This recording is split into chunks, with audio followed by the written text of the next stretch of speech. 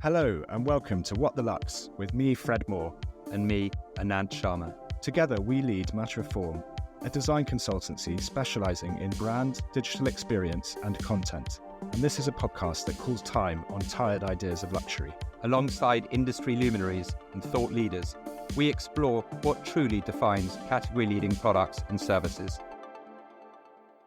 David Leigh Pemberton occupies one of the most fascinating positions at the intersection of politics, policy and luxury, steering the strategic voice of British fashion at the exact moment that the industry, in my opinion at least, is redefining itself. As Deputy Director of Policy and Engagement at the British Fashion Council, he's the person translating runway vision into government reality, fighting for everything from VAT export schemes to post-Brexit trade solutions, while London Fashion Week evolves into a sustainability-first, digitally versed showcase. With a background at Guildhall School of Music and Drama, and much more we're going to touch on, he brings a creative sensibility to the art of political persuasion, navigating the complex world where Burberry's heritage meets Brexit's bureaucracy. Where emerging designers' futures might hang on a visa policy, and where luxury's definition is being rewritten by a generation that values ethics as much as aesthetics. David, welcome to What the Lux. Thank you very much. Gosh, I don't even know how to live up to your intro. That was. I was pleased with that one. Actually, it's wonderful. It's wonderful. I'm gonna steal that and just turn that into my LinkedIn bio, I think.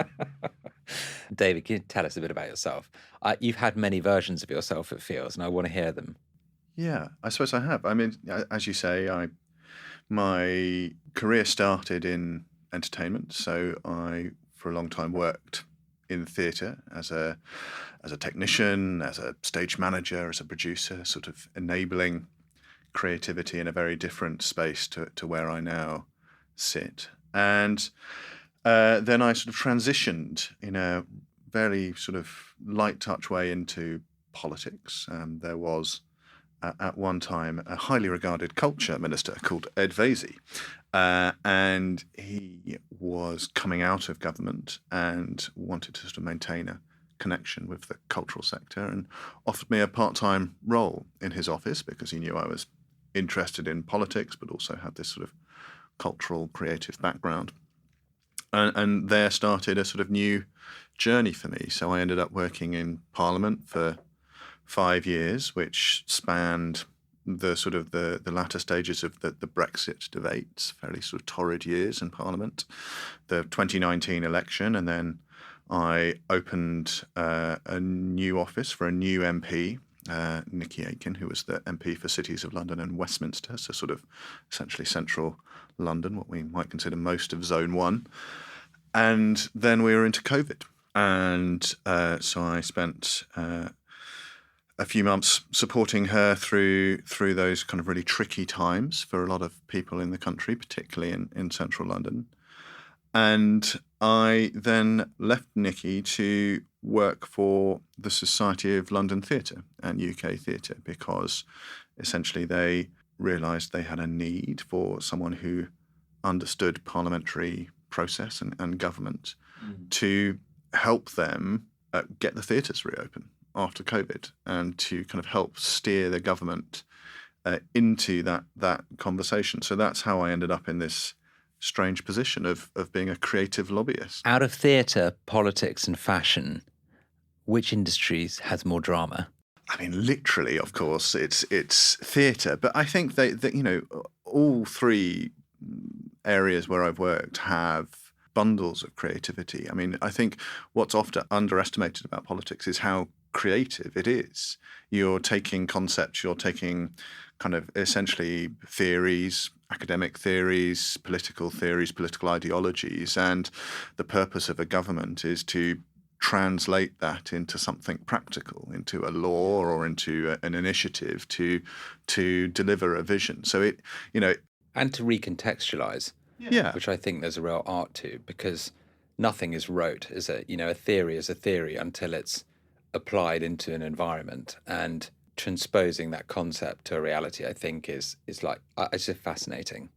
Yeah, and I think, you know, that's always been a big part of my professional life, whichever sector I've sat in. So for a long time in theatre, I was a production manager where where my role was to take a director and a stage designer and a lighting designer's vision and kind of translate that into a physical reality. And I think that theory of thinking, that sort of theory of change, for want of a better expression, of taking an idea and then turning it into something practical, is still a significant part of what I do now in my role of working with government officials and MPs and ministers who may not know much about fashion. What did working in politics teach you that you bring to your role today? I think it taught me that never to write off individuals and the power that an individual can kind of bring to a conversation. So in my time in politics, I worked exclusively for backbench MPs. I never worked for a minister. So understanding, what one strong, salient, convincing voice can bring to an argument, and can be a sort of a lightning rod for activity in a particular space. I think if you are able to find a voice in the political sphere who is passionate about your subject, your area of interest, whatever it may be, then really latch onto that and work with them and enable them to carry your message. I think a big part of being a lobbyist is often there's this sort of theoretical discussion of how do you convert an audience into an advocacy base. So big part of what I do is, MPs may be an audience for our messages, our briefs, our reports, our conversations, but ultimately the purpose of engaging with them is hopefully to turn them into advocates for the fashion sector in Parliament, in their constituencies, with their colleagues. Can you just bring to life the mission of the British Fashion Council and the activities that you get involved in? Yeah, so our core mission is to champion British fashion and British fashion designers. So obviously we do that through a kind of a number of ways, but our primary focus is enabling creative, talented individuals or companies or brands to flourish in Britain. So taking designers from startup to scale, through education, all the way up to running a successful business where they have been able to commercialize their creativity, I think is at essence, what we are there to do. The British Fashion Council was formed to deliver London Fashion Week. It was designed to showcase the talent, the creative talent that we have in this country. And out of that kind of initial genesis has grown a whole series of activities, of support and kind of nourishment of the British design sector. So, I think when people think of the British Fashion Council, they think of London Fashion Week as a cultural, creative, commercial moment.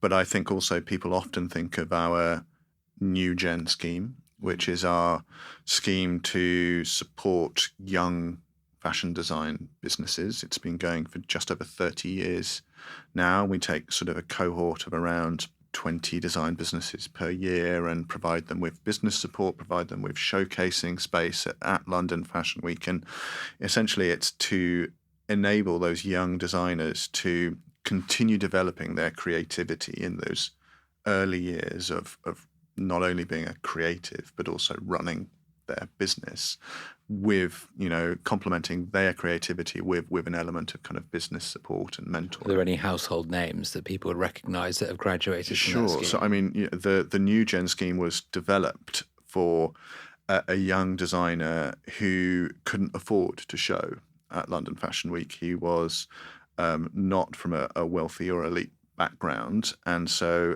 a sort of group came together essentially to fund his show, and that was Leigh McQueen. So Alexander McQueen as a brand was essentially the first New Gen brand, but it's supported, hundreds of designers in its 30-year history. If we look at some of the designers who and actually they went on to set up this Sarabandi Foundation. Yes, exactly. So they now have a foundation which also in its way supports young creators, not just in fashion, I think, but across the kind of creative space. But, if we look at new gen graduates and where they are now, I mean, Jonathan Anderson is the sole creative director now of Dior, the first sole creative director of Dior since Dior.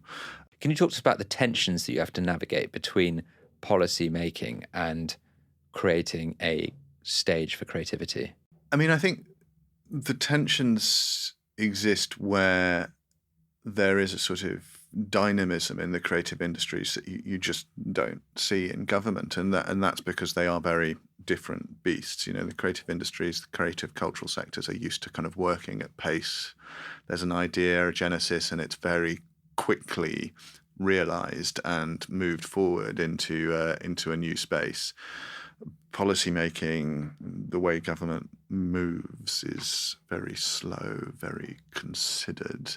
So I think there's often a tension whereby you see a need, and this isn't necessarily reflective of the creative sector in general, but just any business sector where you have identified a need for some sort of government intervention, be it a policy change, or a new piece of legislation, or a new program of support. If you could change some policies, what would you change?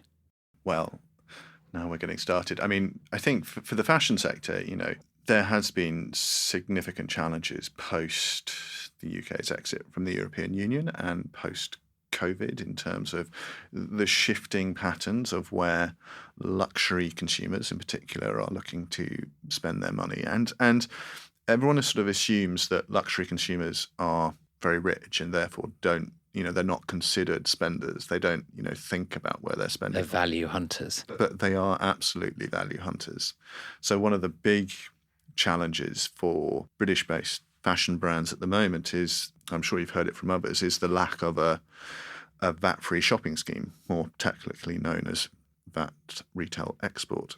I think it's a real challenge because you talk to people in the businesses, in retail, in fashion, and they say, well, it's a no-brainer. Of course we should have this scheme. It's offered by every other nation in Europe. So if you are an American tourist and you are coming to Europe and you think, well, I'm going to go to London for a week and then I'm going to go to Paris or Milan or Madrid for a week, because they do, that's the way they sort of plan their holidays. They go, well, I'll see all the theatre in London and I'll go to the galleries, but I'm not going to do any shopping there. I think this is really important, right? I think it's really important.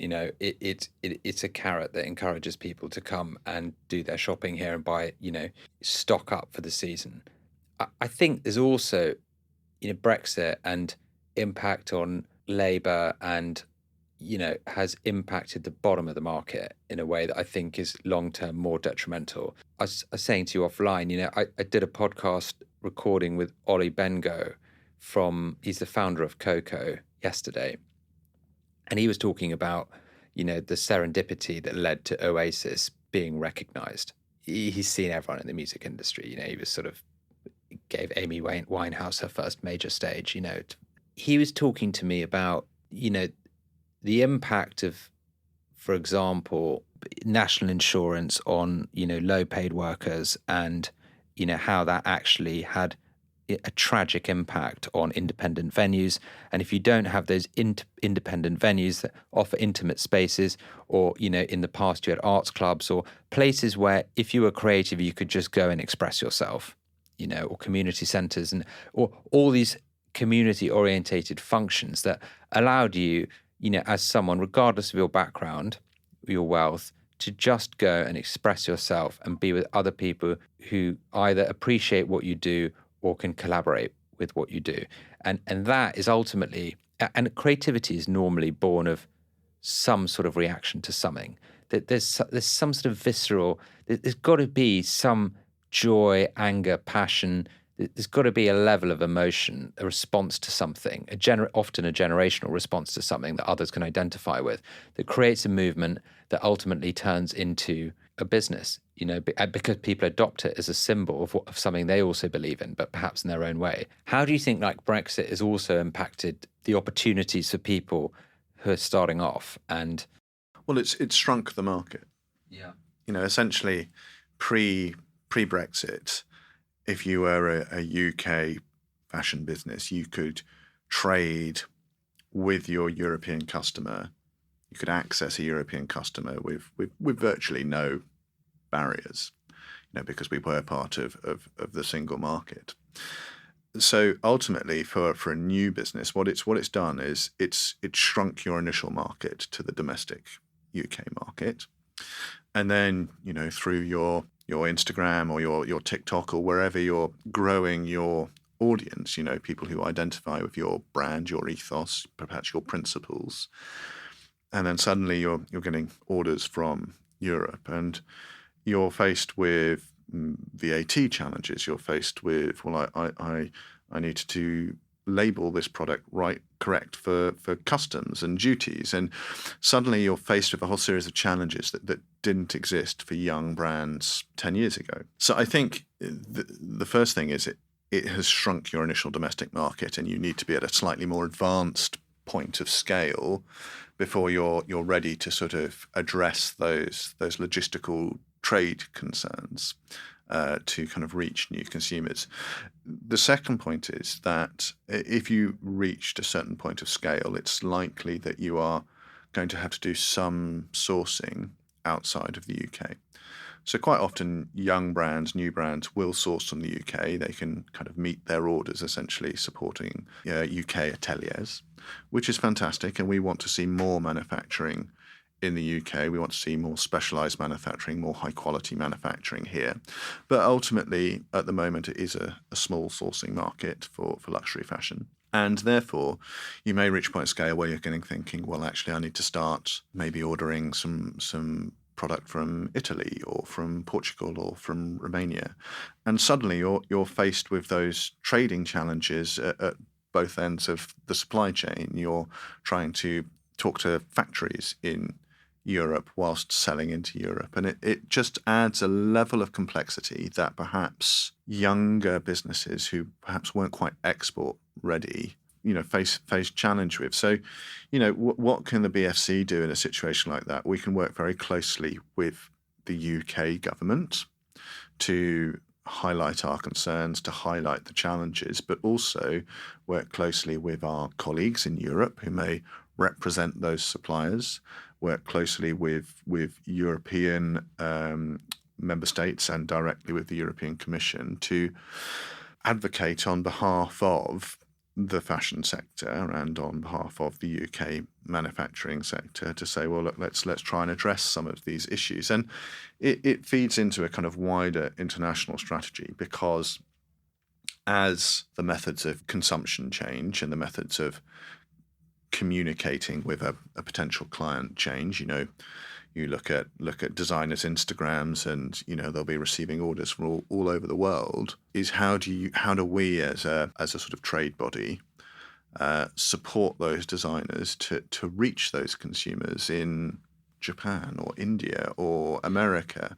How do you think we're internationally perceived? So I think there's two sort of ends of the spectrum almost to the way British luxury fashion is conceived internationally on the global market. There is the sort of the heritage element, which is, rooted in brands like Barbour and Burberry, these sort of classic icons almost of British fashion, of British identity to a sense around the world. And then at the other end of the spectrum, there is this enormous respect for our creativity and our edge and our innovation in fashion. So, you think of Vivienne Westwood and sort of, linking fashion and punk in music as a sort of, thematic theme. You think of young designers who are looking at the way they're working with materials to be much more sustainable, to be much more ethically responsible, they may say, in terms of how they're producing product. So I think, that there are two extreme ends of the spectrum, and obviously there's a range in between. But it is, overseas, I think we're perceived as having a fantastic fashion heritage rooted in staple items that are in demand around the world.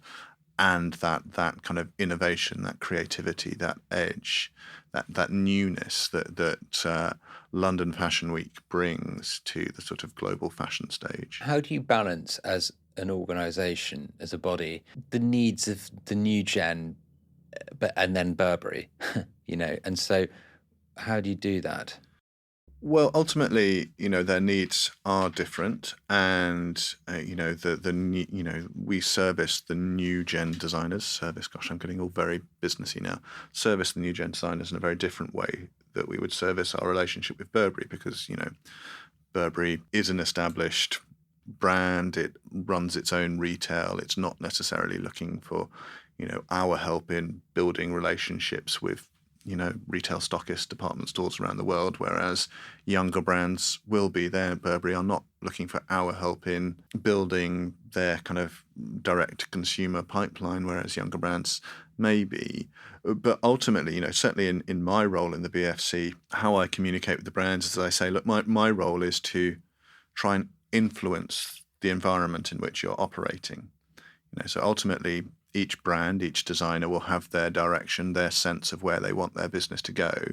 My role is to try and make that journey as smooth as possible, make sure that there aren't any blockers to their way of seeing their business. So again, it comes back to, well, where can we lean in to address issues of concern for everyone? And it is looking at things like those trading structures and looking at the complexity of the trading regimes in fashion. Again, it is looking at things like national minimum wage and the national insurance contribution rises that we saw last year that are having a deep effect on fashion retail in the UK.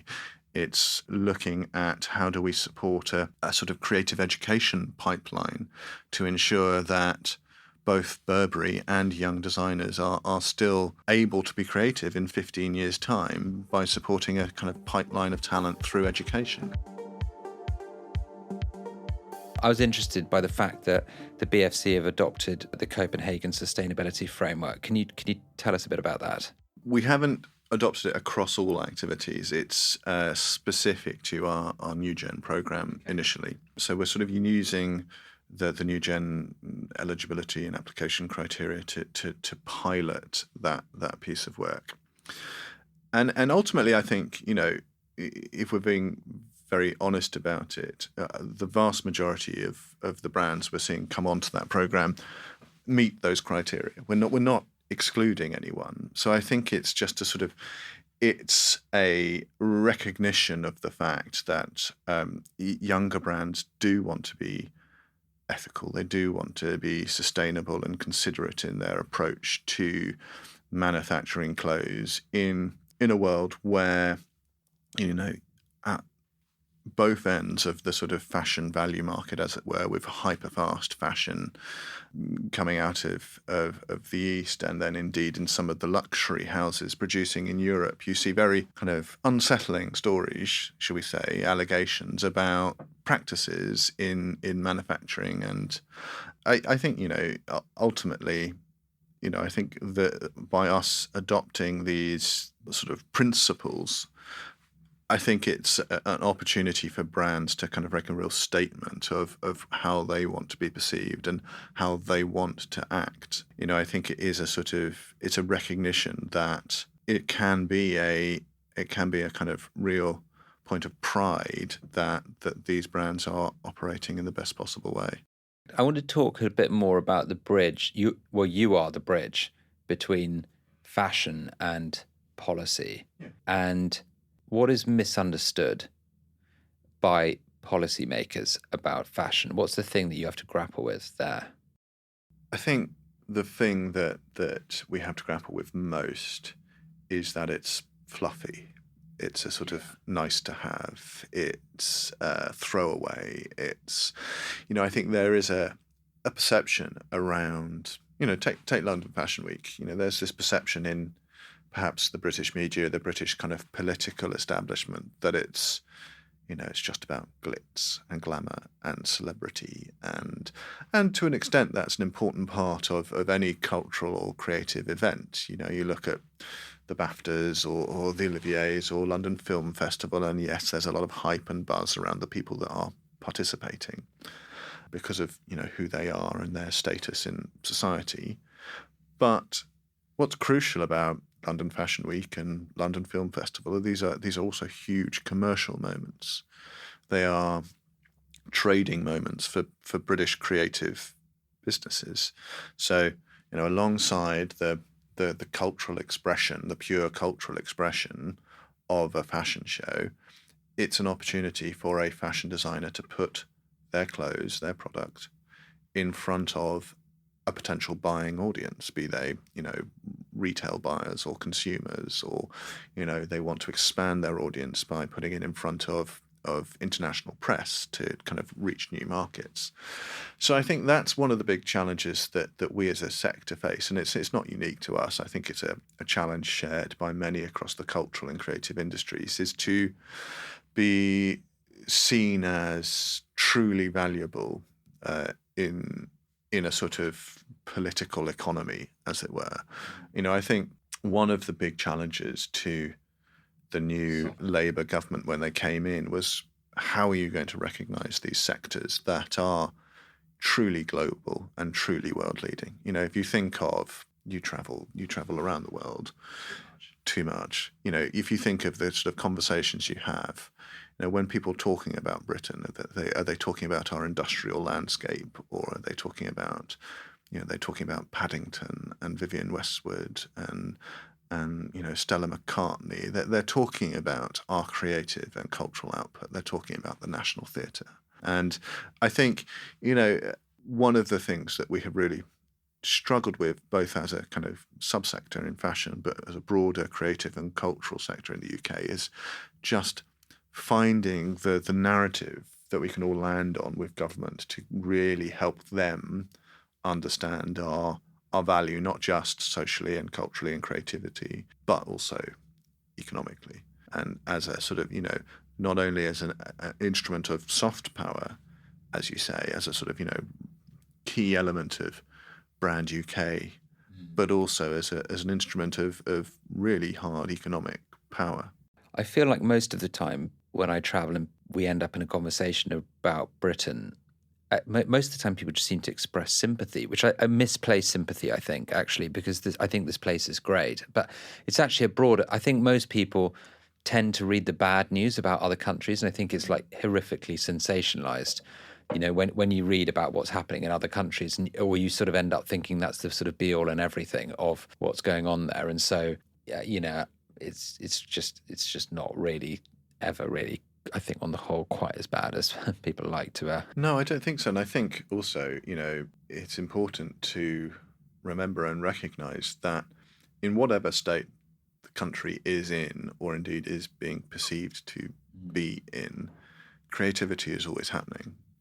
And there's always going to be innovation and new thinking and exciting design coming out of the UK, because we have such a strong grounding in our creative ecology. I was talking to a young designer, he's American, came here to study in the UK, again, often under-recognised, is undervalued, is the real strength of our creative education, particularly at kind of higher education level in the UK. If you think of places like Central St Martin's or RADA or the Royal College of the Arts, these fantastic institutions. He came to study in the UK, and then, after completing his studies, he's a fashion designer, he decided to stay in London and start his brand here, rather than return to New York, the state of New York, where he's from. And I said to him, why did you choose to stay? You could go home, could, have access to a much larger market, much more kind of vibrant business landscape in a way. And he said, well, I chose to stay because of the sort of the creative ecology of London and the UK, because in, here I can feel I can go to a gig and I can get up the next morning and I can go to a gallery and I can go and watch a really exciting film, and then I can go to a museum and see the kind of the stories of the past and how they link to the present. And I think having a real understanding of the value of that entire ecology of creativity and culture and heritage in the UK is very important to the growth of brands in those sectors on the international stage. What do you think we need to do in this world that's become quite transient, sort of quite here today, gone tomorrow, to build lasting institutions of value? Well, I think it's about respect for what has come before. If you're building on the respect of cultural or creative heritage and reflecting what either that institution has, that brand has developed before, and kind of there is a continuum, there is a narrative to the brand, to the institution. I think ultimately that's how you build a lasting presence. And as you say, all things are transient to an extent. You could be in vogue, to coin a phrase, 1 year and out the next, but then you may return to Do you think the market's become more fickle? I think the market's become more discerning, and I think the market's become more educated. I think what has Instagram or TikTok or Douyin in China delivered to the fashion consumer as a sort of a network, an information network. It's much easier to access a wider variety of brands, because ultimately, if you were a fashion consumer in the 90s, you were reading the magazines, and if your brand was in the magazine, then that's it. You were reaching your consumer. You were reaching the sort of engaged fashion audience. But that audience not only continues to read the magazines, but they're also exploring TikTok and Instagram, and they're looking at, much more. They're looking at what a key opinion leader or a celebrity might be wearing, and identifying with that celebrity and going, well, I want to kind of, adopt their style or adopt the brands that they partner with. So I think, the fashion market has changed in the sense that people are expecting a more consistent narrative from brands, a consistent position, a consistent sort of, principle. I think, that they do have the ability to be much more discerning, and, they do have the ability to look at a much wider range of designers, of brands, of outputs in one go. So I think it is, I think brands need to be much more sort of self-reflective ultimately, and go, what are we about? What is our USP, our narrative, our heritage point that we can really build a relationship around? Funnily enough, and I say this obviously as someone specialising in branding and strategy, it's funny to me how, fashion brands are creatively driven. And as a result, they often actually lack brand strategy, ironically. That they lack what is the consistent thing? That the creativity might change, the collections may change, the design might change.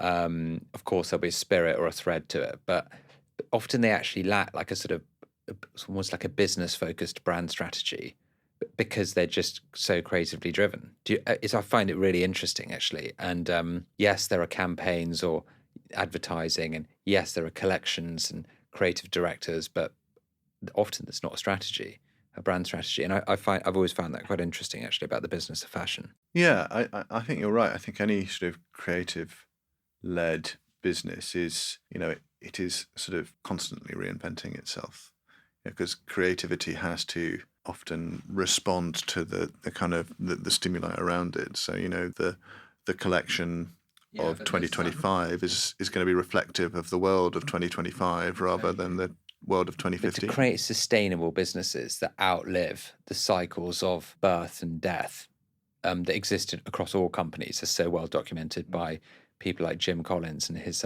seminal management classic, Good to Great. The companies that really outlast cycles are those that understand what changes and what becomes a reflection of culture, but also what remains steady. Yeah, and I think, you see brands adopting different approaches to finding that steadiness, as it were. So, some brands will be fortunate that they have developed a hero product that is consistent, that may vary slightly in kind of theme or color, but ultimately there is a product core to the brand that resonates really strongly with a consumer, and they identify very strongly with that brand, and that allows them around that product to be more creative in other spaces because it provides a commercial underpinning to the brand. So I think you will see brands kind of looking to create that hero product, but I think also it's I'm not a brand leader. I'm a sort of political strategist, but my sense is that looking kind of to chase the moment and sort of chase an audience. I think there has been a strong sense of late that, as I said, because that audience is much more discerning, I think you have to be much more rooted in yourself and your identity rather than trying to kind of align the brand with the identities of others. David, what do you stop, start, continue British fashion?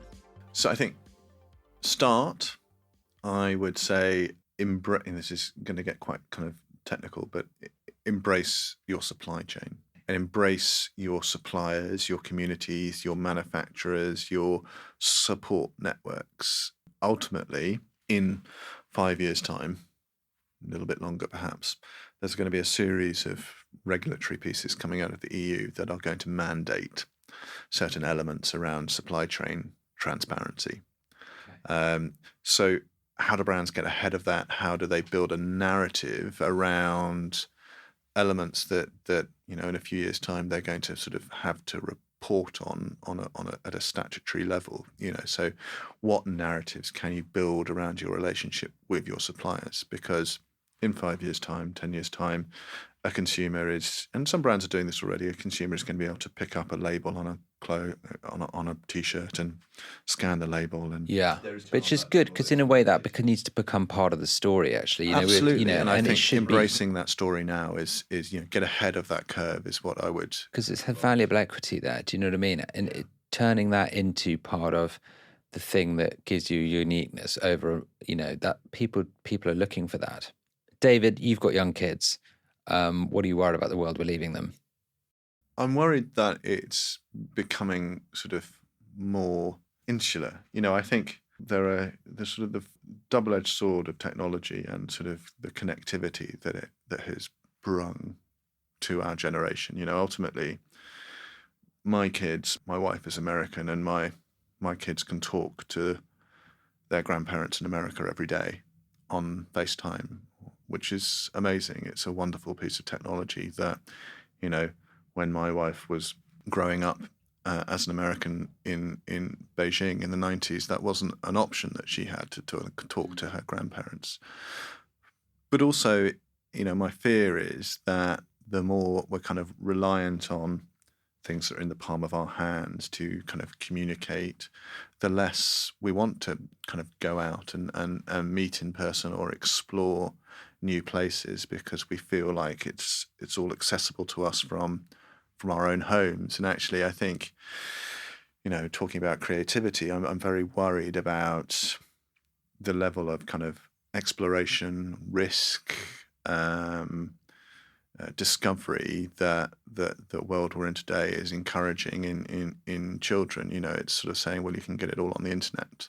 You can see the Great Wall of China on the internet. Well, I'm worried that we're kind of restricting ourselves to kind of experiencing everything second or third hand, and I'm very keen that my children are able to experience as much as possible firsthand.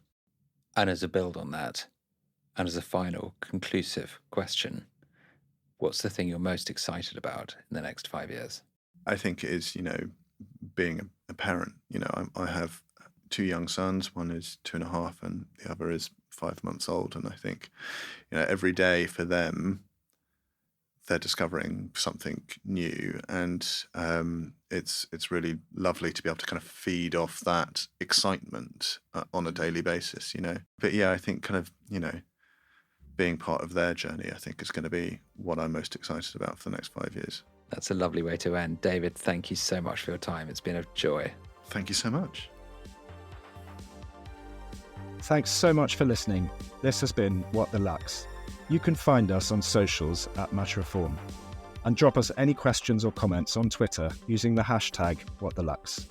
Or if you're a luxury brand looking for strategy and design that goes beyond the banal, get in touch via hello@matterreform.com and chat to one of our consultants.